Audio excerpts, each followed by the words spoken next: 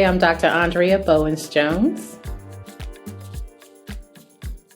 I've always loved science. I loved the curiosity of it. I loved the whole experimentation. That led me to go after getting a degree in chemistry.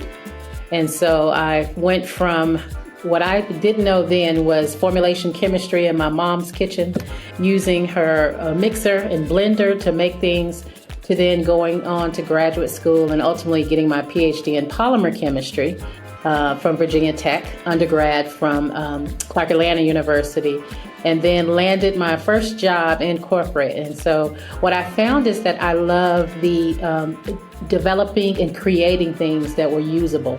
So I actually had a career in the consumer products business.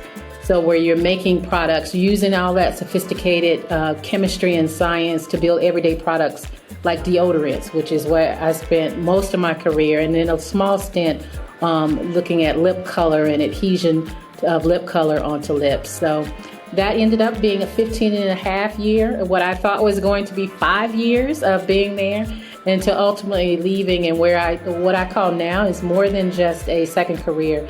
It is purpose, it is passion, all wrapped up into one. So I do now, as a certified coach, I train and coach individual leaders, but I also spend time on the DEI side because I love diversity, increasing the number of Black women, girls that are going into the STEM fields. I did that while I was in corporate through an establishment of a program called the Resident Scholar Program, and ultimately is what I get to do every day, be empowered by creating a pipeline of students. I've loved to create. Molecules came easy to me. There are some that physics and trajectory and seeing angles, that is easy for them. So they go down an engineering path or they go down a physics, that side. But for me, it was like, it made sense. It just putting things in order and creating. If you think about cooking and the conversion of sugar or even yeast in bread, like that kind of stuff fascinated me.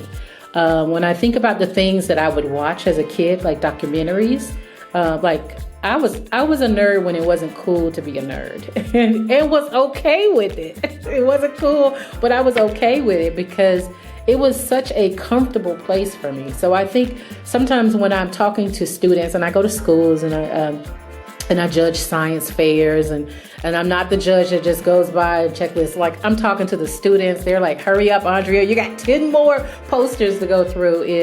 I'm asking them, what did you learn? What is it about this process that made you curious?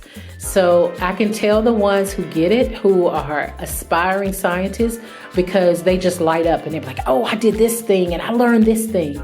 So I think if you're a person who is naturally curious and you're always find yourself constantly asking why, but in particular, you love hands-on creating things. I love to make stuff. I love to create. When I say my mom's blender, we're talking some concoctions I would make. And these were not always easily edible. But now when I look back, I was making formulas. That's what I was doing. I was a formulation chemist in that one. But I ended up getting my degree. I was a synthetic chemist. So I made molecules, made compounds. Ultimately, I got a patent when I was in corporate. I was the first African-American woman to get a PhD in my discipline at Virginia Tech. All these things. But when I look back on it, I just see that I was just doing things that made me curious that I loved. And it just turned out that all these amazing opportunities opened up as a result. That's not uncommon for people who have PhDs that work in research areas that it results in a patent. But I know when I go and speak to students, they've never seen that. They don't know that an inventor can look like me, who is not 1955. Mine was for a deodorant formula. Why? Because it was novel. It was different. It took a different approach on it. Now, did it ever make it to the market? No, it cost too much. But I still generated something that was novel to science. So I wish it was as easy as, man, this is the issue. Let's go solve that one issue, and then all of the numbers that we all seek to get to would happen. But I think it actually is much more complex than that.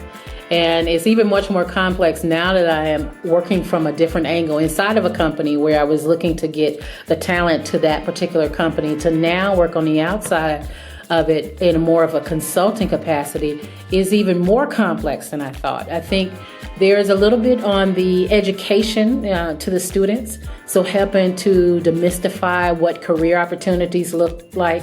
It's hard to aspire to be something if you've never seen it. I use myself as an example. I grew up in North Alabama, an area that was not hugely industrial when you think about companies being there. But the thing that I knew existed was nuclear power plants, because there are several in North Alabama because of where it's located and other things that are surrounding. So I remember as I thought about science, I thought it was really cool to split an atom and make energy. And so for a long time, I wanted to be a nuclear chemist. Didn't really know what that was, but I knew that it existed. There could be a job there, and I could aspire to be that.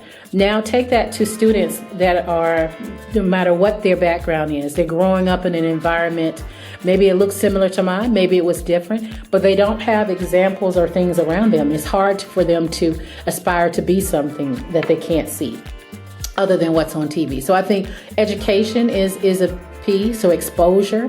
And I think that was the heart of the Resident Scholar Program when I created, was about creating and exposing students to what career opportunities look like.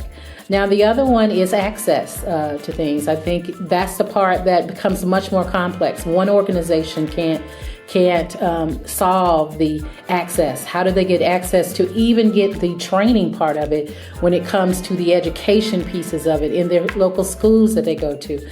We know that many of the schools don't have computer science programs or even ones that would teach a top tier science if you're going into science careers. So access to things like that could be one of them. And the other one is when I sat on so many panels where I would see myself and then I was working for a company, and then so you have the employer at the table, then you have government at the table, and then you have maybe the education, higher ed at the table. So everybody's sitting at the same table. Everybody is saying that we don't have sufficient pipeline, the word that you use when you ask me the question, but no one is saying this is how we work together to solve it. So there's another piece of it, the complexity of how do all the stakeholders come together and solve the problem with it. So if it's access and it's education part of it, then there's a piece that the employer plays into it. There's a piece that the government plays into it when it comes to policies and things like that. So absolutely, it is a tough problem to solve. So the way that I have resolved it so that it doesn't get so overwhelming, because I'm passionate about the area, is what can I do as an individual, as a Black woman with a PhD in polymer chemistry? What can I do? And one of the things that I said I could do is, let me be a role model. Let me be a mentor. Let me be something to aspire to. And I can only do that if I give students or potential scholars for the future access to me. So when it comes to the work that I do as a coach, I think it's multiple fold, because many of the clients that I work with are people who are in transition. So they are looking to make a step. Maybe they're like me, where they have spent a number of years in corporate and they're looking for their next opportunity, and they're positioning themselves or reevaluating themselves or trying to re-spark the passion. So that's one piece of the people I work with. Then, as you mentioned in your question, that there are some that are looking, they get it. They've now got to the part that they get it when it comes to DEI, and they want to make those changes. So I work with them in terms of providing training for themselves, how to educate themselves to be a much more inclusive leader. What's important when you're cultivating the talent that's on your team, and then how do you best equip that team so that when the diversity is there, so meaning the people at the table start to look like ethnicities that are other than theirs, How do you leverage it? Because it's one to have them in the door and have them a part of the company. You can count them in the head count. But are you leveraging those skills? And so providing the knowledge base, and this is knowledge base that is scientifically proven, working with organizations like NCWIT, National Center for Women in Information Technology, to expose them to opportunities to do that one, I think is critical, because you want them to do it right and not for it to be something that is one and done, but a sustainable change so that the organizational policies and structures can shift in a way that provides much more inclusion. So I work on the individual leader as well as collectively with the organization. Mentorship, to me, I think is critical. I once heard a speaker talk, and she spoke about if we're not doing something to pay it forward, build a bridge, whatever your analogy is, to bring the next generation into the opportunity so that they surpass us, then you've missed it. You've missed what your true job is to do. So when it comes to mentoring, I particularly love to work with young people who are hungry for it. I love the excitement. I love the curiosity that they have. And so some of these women I have met through my work. So it may be someone who is younger in the organization. I'm doing a face-to-face training. I guarantee you always get a couple of women that come up to me afterwards. Or if I'm sitting on a panel and they approach me, it's something I said that inspired them. Through my church and volunteer efforts with sororities and other things that I'm passionate about, it gives exposure to opportunities there as well. Now, granted, when I was in corporate, where you're working with people all the time, that list of mentees was really long compared to now where I'm independent, where most of the people I spend time with, they're people who are paying for the services versus younger people that are aspiring to be. But I have a daughter who is in college, who in graduate school, and spending time with her and her friends, just taking them to lunch and just talking about life and choices that they're making and the impact of those are things that I cherish.